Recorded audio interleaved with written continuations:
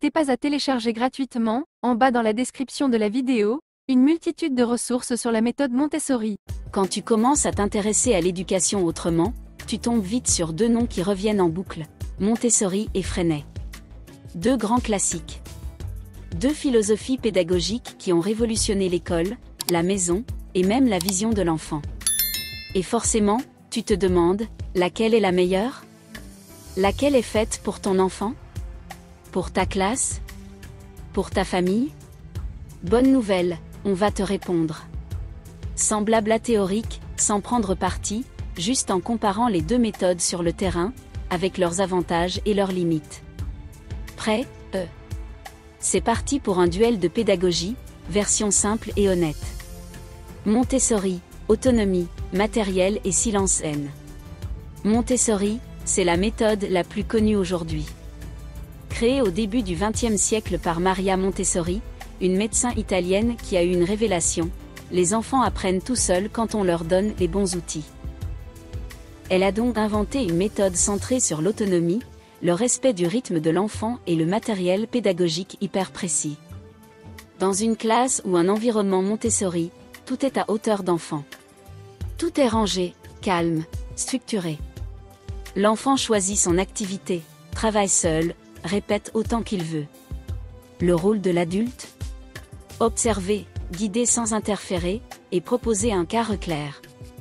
Le matériel Montessori est ultra spécifique, des perles, des lettres rugueuses, des cartes, des plateaux avec des pinces. Chaque objet a un but précis, une logique, une progression. Les avantages de Montessori, c'est que l'enfant développe très vite son autonomie, sa concentration, et sa confiance en lui. Il apprend à faire seul, à se corriger lui-même, à respecter l'ordre. Tout est pensé pour qu'il devienne acteur de son apprentissage. Pas besoin de motiver par des récompenses, le plaisir vient de l'action elle-même. Mais il y a aussi des inconvénients. D'abord, le matériel Montessori coûte cher. Très cher. Ensuite, c'est une méthode qui peut manquer de spontanéité, surtout si elle est appliquée de manière rigide.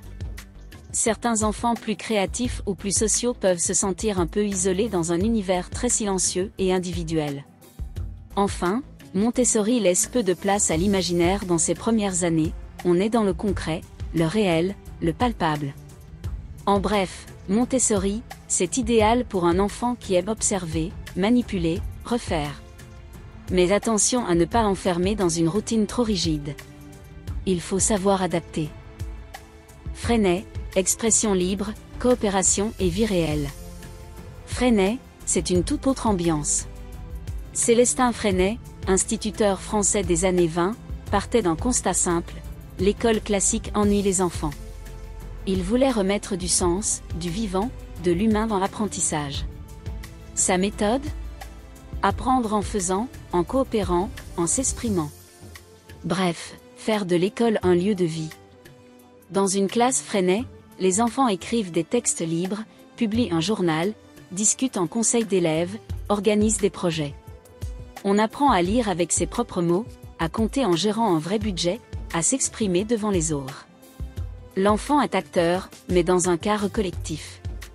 L'enseignant n'est pas un chef, mais un accompagnateur. Les avantages de Freinet, c'est que l'enfant développe une pensée critique, une grande capacité d'expression, et un sens du collectif très fort. On apprend en parlant, en débattant, en s'entraidant. L'erreur est valorisée comme un levier d'apprentissage. Et tout repose sur des situations réelles, pas artificielles. C'est aussi une pédagogie souple, adaptable, souvent moins coûteuse que Montessori. Pas de matériel figé, mais beaucoup de récupération, de créativité, d'écoute. Idéal pour des enfants dynamiques, créatifs, qui aiment s'exprimer et travailler en groupe. Mais là encore, il y a des limites. Certains enfants peuvent se sentir perdus dans un cadre trop souple, sans structure claire. Le niveau peut être très variable selon les groupes. Et sans un adulte bien formé, le risque est de basculer dans le chaos cool où tout semble permis. C'est une méthode qui demande une vraie posture d'éducateur, très exigeante. Freinet est aussi moins connu du grand public que Montessori, donc plus difficile à vendre dans certaines écoles ou auprès de parents sceptiques. Mais sur le terrain, c'est une pédagogie puissante, vivante, profondément humaine. Mais alors, quelle méthode choisir? Et si on mélangeait un peu? Alors, Montessori ou Freinet? La vraie réponse, c'est, ça dépend. De ton enfant. De toi. De ton cadre. De ce que tu veux cultiver. Mais surtout, arrête de penser qu'il faut choisir une seule méthode pour toute la vie. Ce ne sont pas des religions. Ce sont des outils. Des sources d'inspiration. Des façons de penser l'éducation autrement. Si ton enfant a besoin de calme, de structure, de répétition, de précision, alors l'approche Montessori est parfaite pour créer un cocon d'apprentissage rassurant. Tu peux l'appliquer dès la maison, avec peu de matériel. L'important, c'est de suivre l'enfant, pas la méthode à la lettre. Si ton enfant déborde de questions, aime parler, créer, bricoler, débattre, alors Freinet peut l'aider à trouver sa voie, à construire son autonomie dans le groupe. L'école devient un lieu de vie, pas juste un endroit où on apprend des trucs. Mais dans les faits, les meilleures classes, et les meilleurs parents, piochent un peu partout.